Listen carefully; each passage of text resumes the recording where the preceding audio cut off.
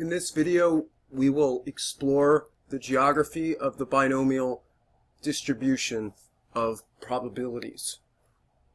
The notation X is squiggly line by NP, that is X is distributed binomial. NP is perfect because it announces to the world our intention to model some scenario as a binomial random variable. Let n represent the number of trials, that's little n, and little p represents the chance of success on one single trial. These two parameters, n and p, are the only settings, like Star Wars,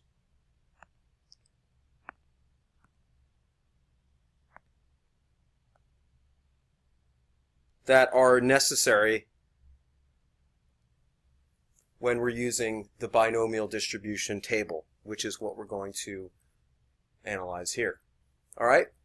So when using these settings with the table, it might be helpful to think of them as latitude and longitude.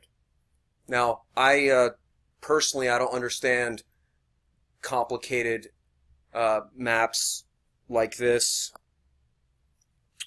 but I wasn't in the People Scouts, and unlike Walter White from Breaking Bad, I would not have hidden my barrels of money in the desert, which is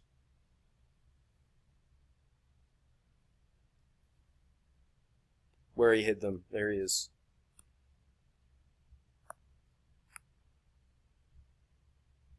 That's where he hid them.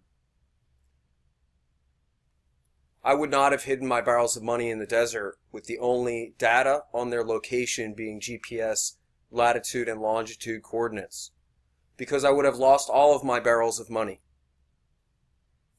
Now, independent of your ability to understand GPS coordinates and the like, this video is intended for mature audiences interested in using latitude and longitude to navigate the binomial probability tables.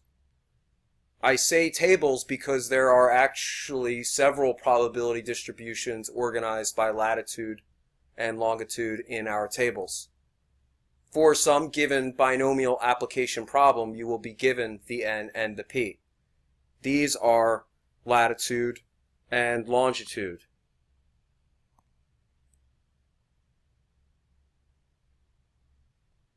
Latitude and longitude. The number of trials n represents the number of successes, and p represents the probability of success going vertically. Each combination of n and p for a binomial distribution corresponds to a unique probability distribution.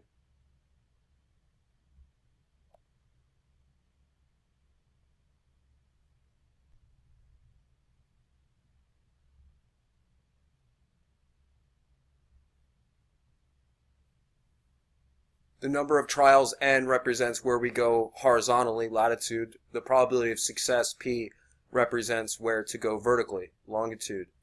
Each combination of n and p for a binomial distribution correspond to a unique probability distribution. Hence, there are a lot of probability distributions jam-packed into the binomial map. When dealing with an application where this tool is necessary, as in it is necessary to break out a map to find your barrels of cash buried out in the desert, the barrel of cash here is given by the table. For instance, let's navigate the binomial distribution for n equals 6 trials. Horizontally, where do we go?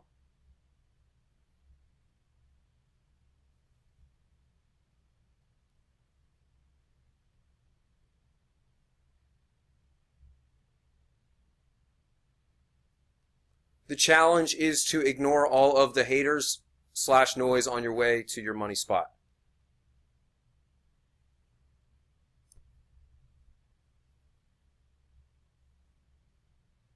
Note, a ruler might be helpful when navigating the binomial map / table. So now we know where we want to be in an up and down sense. But how about left and right? This is the other tude. The deeper I go into this video, the more certain I am that I mixed them up. Nonetheless, the analogy is helpful for me, which means I'm hopeful it is helpful for you. So we have 6 trials. We are doing something 6 times. We have 6 Bernoulli trials. Notice, even though we have 6 trials, we have 6 possible x values.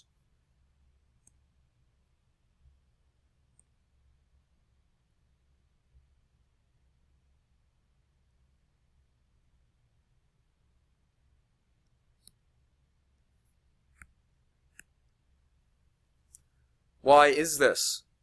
Take a moment and decide. Because in 7 trials, we can have 0 success, 1 success, 2 success, 3 success, 4 success, 5 success, and 6 success. We don't know how many times we'll be successful, hence the phrase binomial random variable. But given some p, we can at least model and discover where the probabilities are, and hence, which outcomes are most likely. What is our probability of success? Let's look at 50%. Take a moment and consider something perhaps in your life you could do 6 times, and each time you do it, you have 50% chance of success. Flipping a coin 6 times is the easy way out. Divorce is the easy way out. Try a Google move like 50% of the time and see what you get. Or take the easy way out. What's so wonderful about the binomial random variable is that it doesn't care about your context. So we have 50% chance of success.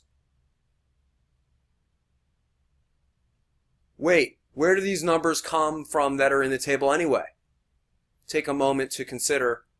Hint, it is the product of 3 terms. That's right, the binomial random variable formula.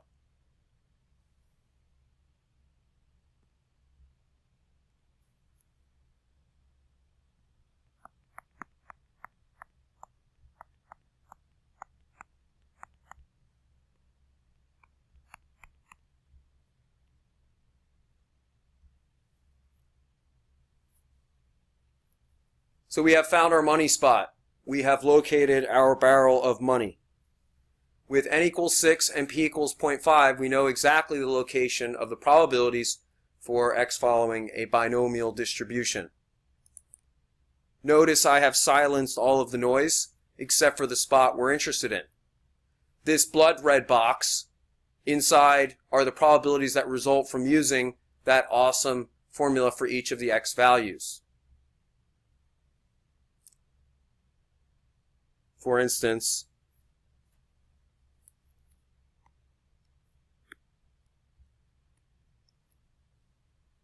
take a moment and consider, why are these probabilities the same? Because we have 50% chance of success and 50% chance of failure. Moreover, when you calculate the mean of this particular binomial with 6 trials and 50% chance of success on each trial, you get 3. In the long run, we would expect 3 successes for every 6 trials. Now let's look at our favorite applet.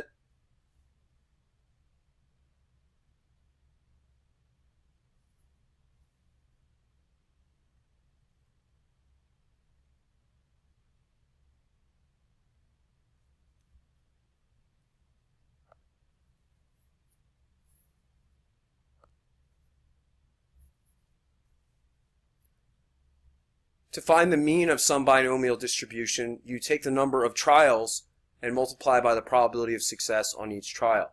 This will give you the average. The average, the mean, represents the center. Even though the mean is 3. Notice the probability that a 3 would come up as the number of successes. We mean that we would see 3 successes in 6 trials is only 31.2%. This concludes this video.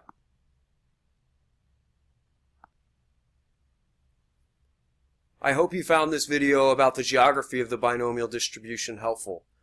One final analogy dealing with the mean of the binomial distribution. For someone like me that would get lost in the desert with just coordinates, I would need a GPS or I would get lost. For any binomial distribution, I consider the center, the mean, to be just as helpful as the GPS, except the mean will never be looking for satellites.